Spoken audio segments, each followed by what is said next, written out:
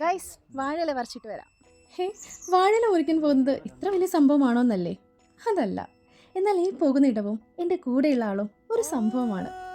കഴിഞ്ഞ വീഡിയോയിൽ അപ്പച്ചൻ്റെ കൂടെ പശുവിനെ അഴിക്കാനാണെങ്കിൽ ഇന്ന് ഞാനുള്ളത് അങ്കിളുടെ കൂടെ വാഴയില മുറിക്കാനാണ്. ഇതാണ് എൻ്റെ അങ്കിൾ.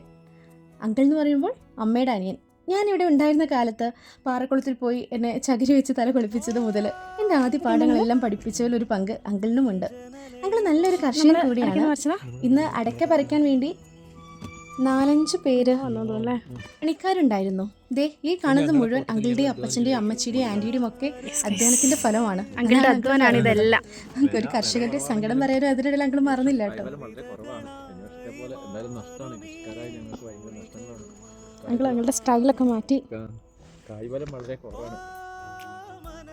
സത്യത്തിൽ നമ്മുടെ പറമ്പിലുണ്ടായ ഓരോന്നും കാണുമ്പോൾ ഒരു സന്തോഷവും നിറവും ഒക്കെയാണ് അല്ലേ?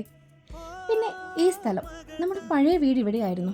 ഇപ്പോഴത്തെ വീട്ടിൽ നിന്ന് ഒരുപാട് താഴേക്ക് നടക്കണം. ഇങ്ങോട്ട് ഇറങ്ങുമ്പോൾ തന്നെ പണ്ട് വേനലവധിക്ക് വരുമ്പോൾ അമ്മച്ചി ഞങ്ങൾക്കായി ഒരുക്കി വെച്ച അച്ചപ്പത്തിൻ്റെയും കുഴലപ്പത്തിൻ്റെയും അവലോസപ്പൊടിയുടെയൊക്കെ നല്ലൊരു മണമടിക്കാറുണ്ട്.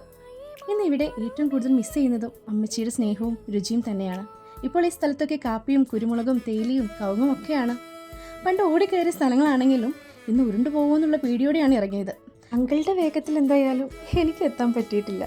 തിരിച്ച് ഇത്രയും ദൂരം കയറണമല്ലോ എന്ന് ആലോചിച്ചപ്പോൾ വരണ്ടായിരുന്നു എന്ന് തോന്നിയെങ്കിലും ഇവിടെ കാണാതെ എങ്ങനെ പോകാനാണ്. ഞാൻ നടന്നെത്തിയപ്പോഴേക്കും അങ്കിള് പണി തുടങ്ങിയിരുന്നു. ഇന്ന് ഊണ് കഴിക്കാൻ ആളുകൾ കുറച്ച് അധികം ഉള്ളത് കൊണ്ട് ഇലയും കൂടുതൽ വേണമായിരുന്നു. അങ്ങനെ അങ്ങളുടെ കൂടെ ഇലയൊക്കെ മുറിച്ച് അതൊക്കെ കയ്യിൽ പിടിച്ച് വീഡിയോ ഒക്കെ എടുത്ത് ഒരുപാട് വർത്തമാനങ്ങളൊക്കെ പറഞ്ഞ് ഞങ്ങളിങ്ങനെ പണിയെടുത്തുകൊണ്ടിരിക്കുകയാണ്. കണ്ടു ഞാൻ അങ്ങളുടെ ഹെൽപ്പ് ചെയ്യുന്നത്. പണ്ട് താഴത്തെ വീട്ടിലുണ്ടായിരുന്ന മരങ്ങളൊക്കെ അങ്കിൾ കാണിച്ചു തരുമായിരുന്നു.